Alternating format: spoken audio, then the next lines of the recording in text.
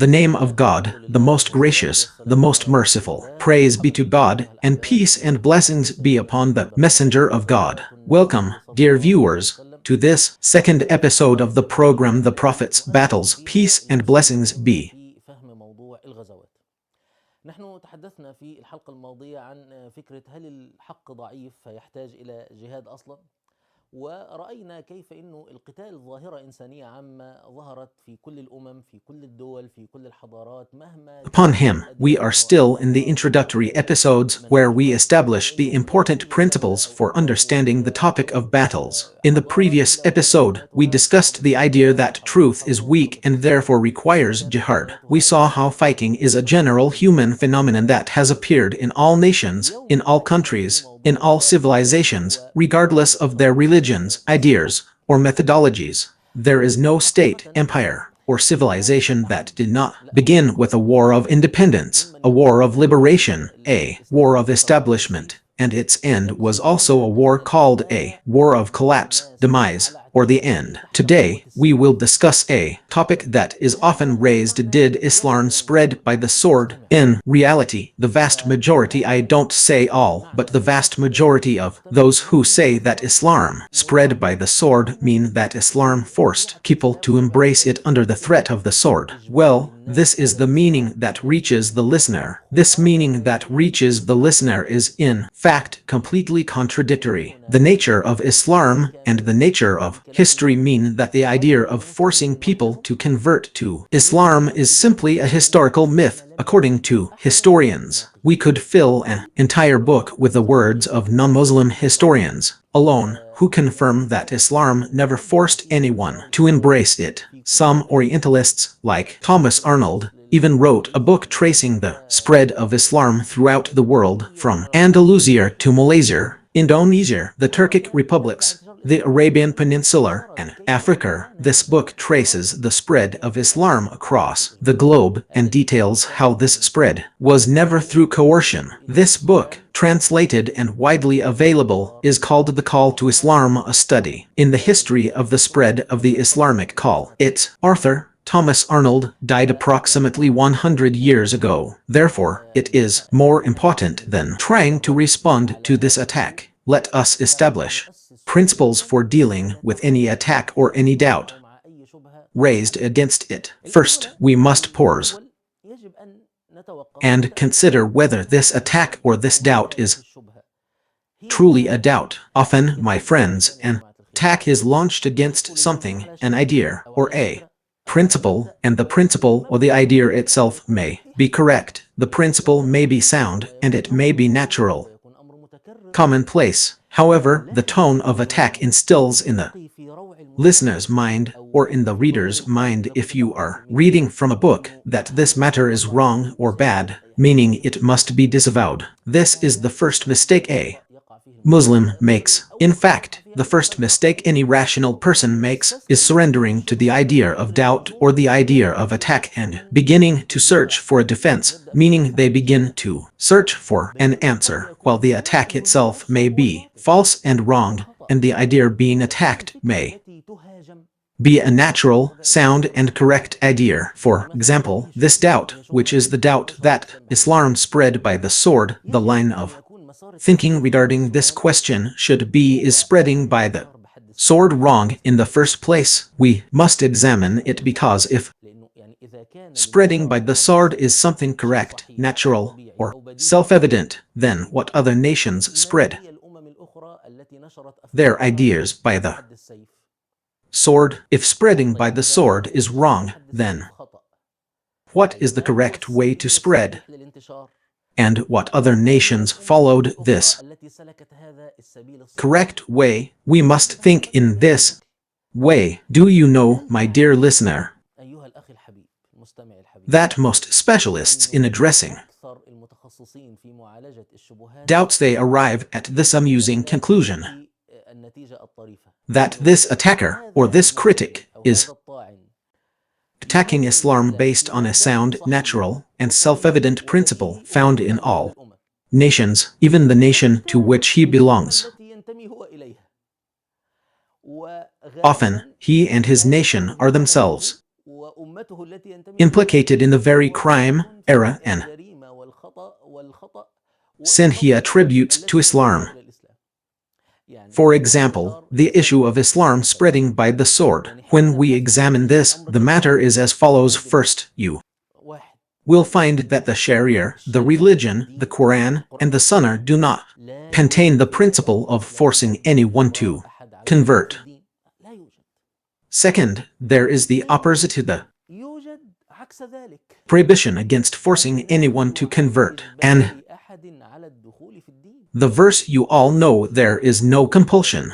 In religion, righteousness has become clear from the unseen.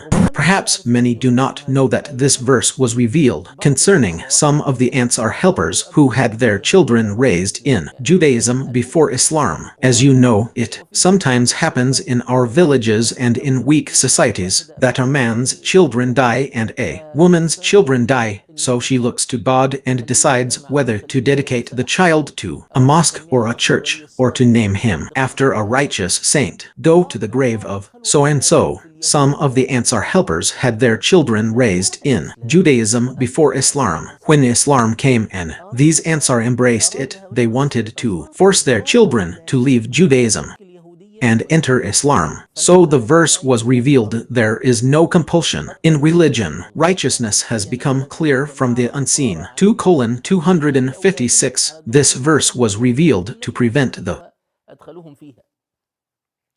طيب يبقى قلنا رقم واحد الشريعة ليس فيها إجبار على الدخول في الإسلام. رقم اثنين الشريعة فيها عكس ذلك النهي عن Ansar from forcing their children to enter Islam from the Judaism they had raised them in. So, we said, firstly, that Islamic law does not compel people to enter Islam. Secondly, Islamic law contains the opposite of prohibition against forcing people to enter Islam. Thirdly, there is no instance in the Prophet's biography, nor in the biographies of his companions, nor in the history of Muslims of any phenomenon, movement, campaign, or impulse to force people to enter the religion. This means that the opportunity was always available, even for peoples defeated by the Islamic armies, to retain their religion and remain on their faith while paying the jizya tribute in exchange for their defense and protection. Fourthly, the one who raises doubts and attacks Islam in our time, if we were to apply this to a current situation,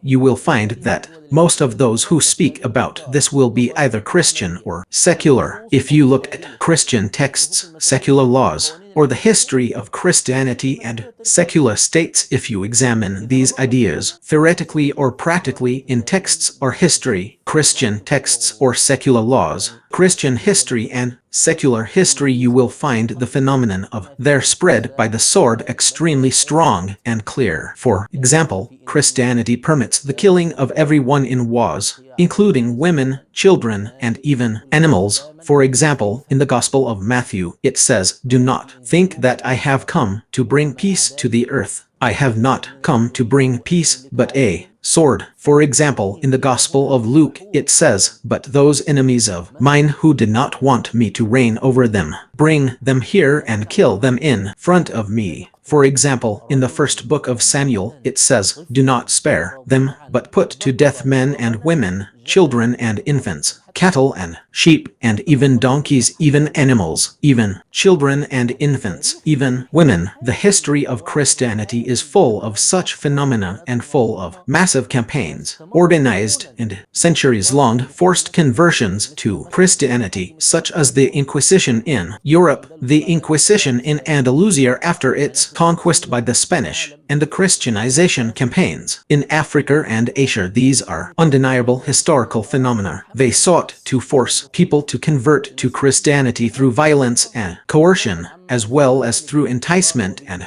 exploiting their needs. Even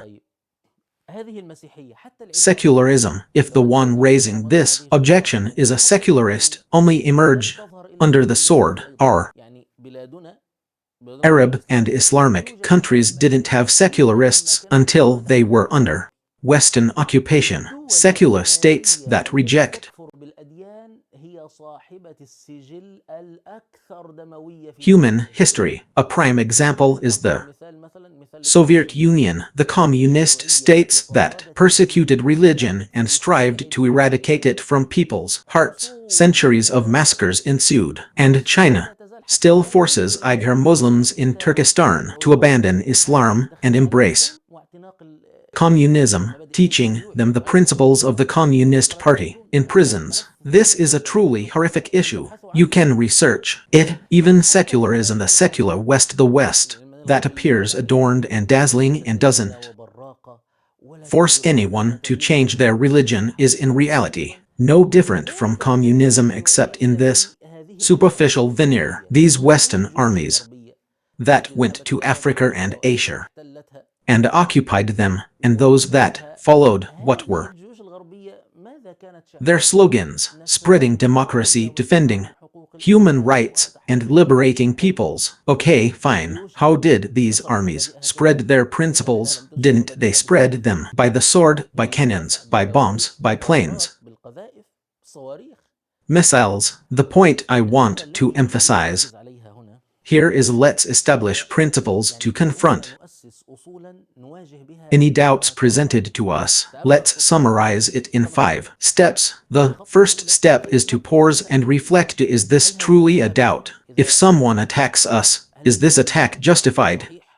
That's number 1. The second step is, what is the position of Islamic law on this matter? I mean, the texts of Islamic law, the texts of the Quran and Sunnah. The third step is, how did Muslims practically apply this? That's the history of Muslims, the practical application. The fourth step is, let's examine the position of the other side. What is the other side's position on this matter in terms of texts, philosophy, methodologies, and laws, theoretical matters? And the fifth and final step, okay, how was the practical application for this other nation in this matter or in this doubt? I wrote an article, which I hope you will read, entitled The 4 Obstacles to the Mind of Liberation and Resistance, and I gave 3 examples of this topic. But the most important advice now is not to let the state of defeat or weakness affect your thinking. That is, do not allow the opponent's state of strength to lead you to accept the principle of doubt, the logic of doubt, the principle of accusation, the logic of accusation. Therefore, do not rush to defend and justify. Of course, I seek refuge in God from you being among those who rush to disavow and demand the renewal of religious discourse and the review of the jurisprudential heritage. These matters, of course, are titles that seem nice, but they are titles that confirm the occurrence of psychological defeat and confirm that the person has absorbed the enemy's doubt and has begun to feel uneasy about Islam. Therefore, he calls for renewal and change and for a review of another reading and another reading. This is good. Now we have a question. For example, if we want to understand the prophets, the prophets were callers to Islam, and the prophets were warriors. There is no doubt about that. The prophets were callers to Islam, and they are the most perfect of humankind, the most intelligent and brilliant. God chose them, meaning they are the best of humanity. They are the most intelligent and brilliant, the purest of souls, and the most eloquent in speech. They are the perfect models. The prophets are the epitome of human perfection. There is no human being better than them. So, if this prophet, who is the epitome of human perfection, is the logical and obvious example, then the prophets will be the most successful in calling to Islam, the most persuasive, and the most followed. Of course, this is if people are convinced of the truth when they know it, meaning if people follow the truth and are not influenced by the pressures of desire, self-interest, and habit that we mentioned in the previous episode. So what happens is that the prophets, the epitome of human perfection, have the most followers. So what is the result that actually occurred in reality? The result is what the prophet, peace and blessings be upon him, told us about. He said, a prophet will come on the day ويأتي النبي ومعه الرجلان، with no ويأتي النبي وليس معه أحد. تصور، تخيل. Imagine a prophet who received no response, or a prophet who received one or two responses. This is reality and this is history. Now that we know the حيث أننا نعرف إنه الأنبياء prophets didn't achieve the expected result, متوقعة منطقيا، we must understand that preaching alone without power will not lead to a result. God Almighty's way with their prophets was to send a prophet to his people, and the prophet would carry out his mission as God willed. Then God's punishment would descend upon the disbelievers, and he would save his believing servants.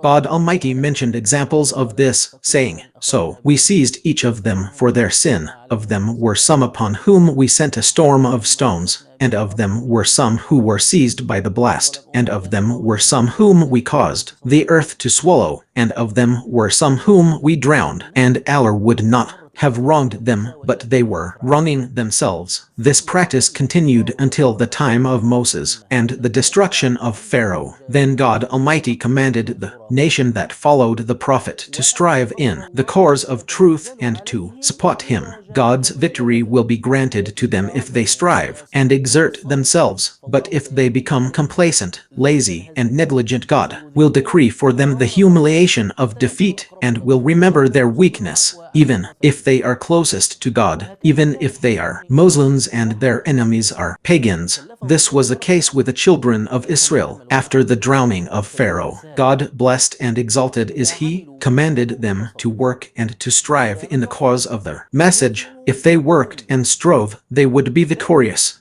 If they fell short, they would be defeated and humiliated. Indeed, God, blessed and exalted is he, empowered them over the prophets themselves, meaning they had power over the prophets, and they became the worst of nations. They killed their prophets whenever a messenger came to them with something their souls did not desire. Some they rejected, and some they killed. Then God, blessed and exalted is he, sent our prophet, peace and blessings be upon him, as a caller and a fighter. He established a religion and established a way. The messenger of God, peace and blessings be upon him, said, "I have been sent with the sword before the hour, and my sustenance has been placed under the shade of my spear, and humiliation and disgrace have been decreed for those who disobey my command." This is an authentic hadith, and I spoke about it in a separate episode. I hope you will refer to it. Its title was "A Journey in the Hadith." My sustenance has been placed under the shade of my spear. Even the Prince of Poets, Ahmad Shorki, expressed this meaning when he said, "They said," meaning those who opposed the call of our prophet, peace and blessings be upon him, they said, "You waged war, and the messengers of God were not sent to kill a soul, nor did they come to shed my blood." Shorki says this is ignorance and delusion,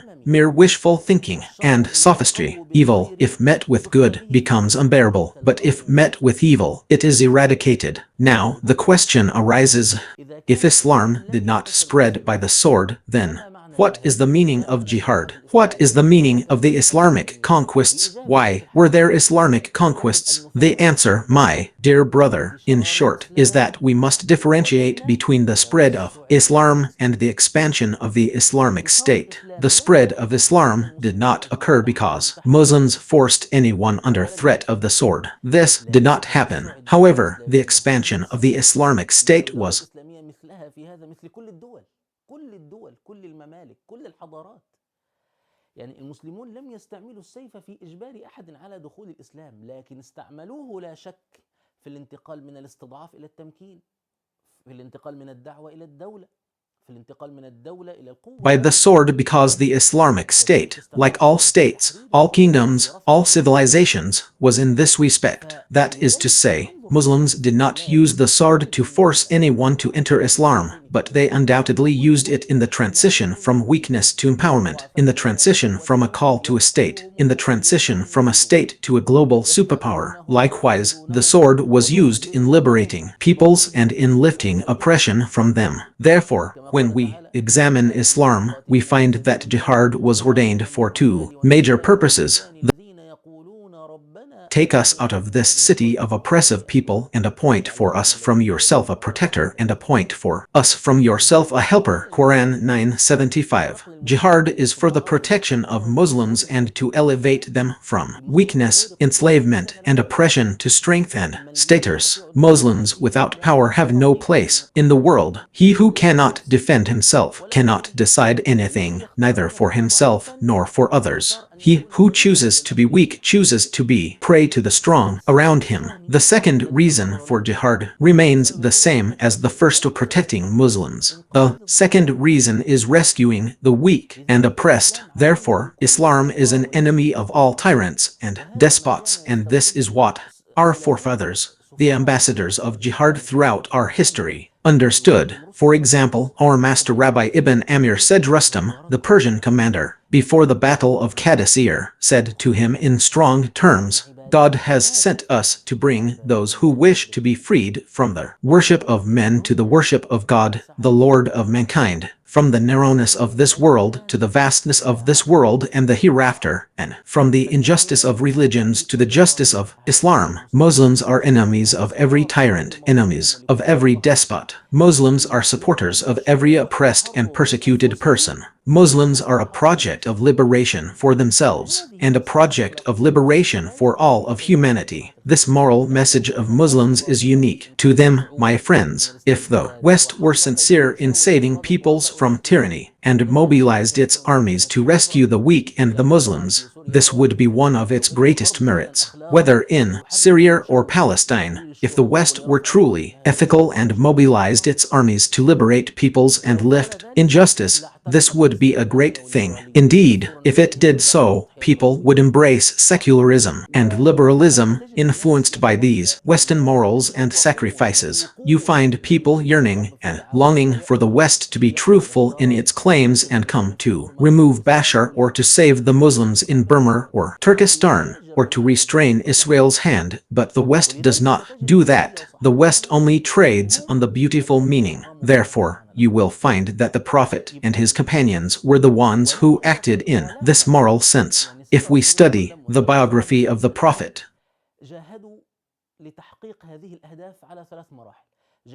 peace and blessings be upon him, and the biographies of the companions, we will find that they strove to achieve these goals in 3 stages. They strove to establish the Muslim state, secure it, and protect it. This is in the biography of the Prophet, peace and blessings be upon him, from the migration to Medina until his death. There is 1 year of continuous jihad. There is not a year without 1 or 2 major battles, in addition to the smaller expeditions. Second, they strove for the unity of this state and against its division. This is what Abu Bakr, may God be pleased with him, did against the apostates, and what Ali, may God be pleased with him, the legitimate Imam, did against those who refused to pledge allegiance to him, even if they refused, so that the Muslim state would remain one state. Then they strove to save humanity from tyranny, to save humanity from the injustices that were widespread in Persia and Rome. Therefore, the Muslims conquered vast lands, saving the slaves and the oppressed. They saved them from the tyranny of kings, from the oppression of the oppressors. They established justice, and that was the case in the era of Abu Bakr, Umar, and Uthman, and after them in the Umayyad state, and others. The most important characteristic of the Islamic wars and conquests was that they were wars of moral mission. God willing, I will come up with some of these matters in our discussion about the Prophet's peace and blessings be upon him battles. However, I have written a research paper on the Islamic conquests in the eyes of Western Orientalists, and this is in the first part of the book Corridors of History for those who wish to delve deeper into it. Now, how did jihad begin? How did the idea of jihad begin? The seed of jihad in our Islamic history. This is what we will see, God willing, in the next episode.